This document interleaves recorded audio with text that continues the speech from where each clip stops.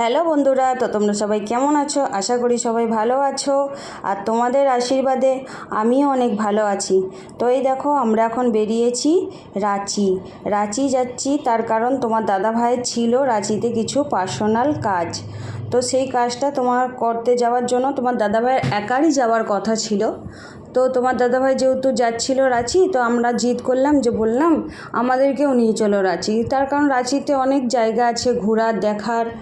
তো আমার মেন উদ্দেশ্য ছিল রাঁচি যাওয়ার রাজরাপ্পা মন্দিরটা, কারণ আমি রাজরাপ্পা মন্দির যাইনি। তোমার দাদাভাই একবার রাজরাপ্পা মন্দির ঘুরে এসেছে, তো আমাদেরকে নিয়ে যায়নি কখনো।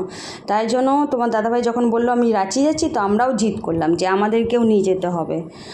তুমি যেহেতু ঘুরে এসছো, আমাদেরকেও মন্দিরটা দেখাতে নিয়ে যেতে হবে। তো তোমার দাদাভাই বলছিল যে দেখো, আমার কাজ সেরে আর মন্দিরটা যেতে অনেক লেট হয়ে যাবে।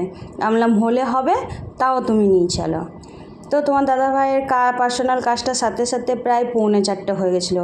তারপরে ও কাজ সেরে ওখান থেকে বেরোতে করতে দেখো আমাদের অনেক দেরি হয়ে গেছিলো। তো রাজরাপ্পা মন্দির যেতে একটা ঘাটি পড়ে, তো সেই ঘাটির কাছে দেখছি যে সবাই দাঁড়িয়ে দাঁড়িয়ে ভিডিও বানাচ্ছে, অনেক ফটো তুলছে, ফটো খিঁচছে। তো আমরাও একটু ওখানটায় দাঁড়িয়ে গেলাম। এই দেখো, ওই পয়েন্টটা তোমাদেরকে দেখিয়ে দিলাম।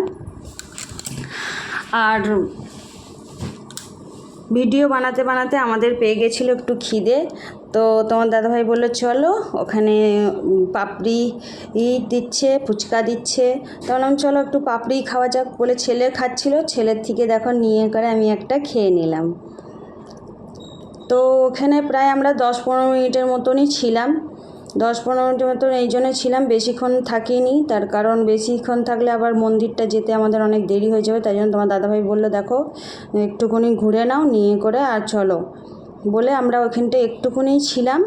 তারপরে দেখো পুরো জায়গাটাই আমি তোমাদেরকে ঘুরে দেখিয়ে দিচ্ছি।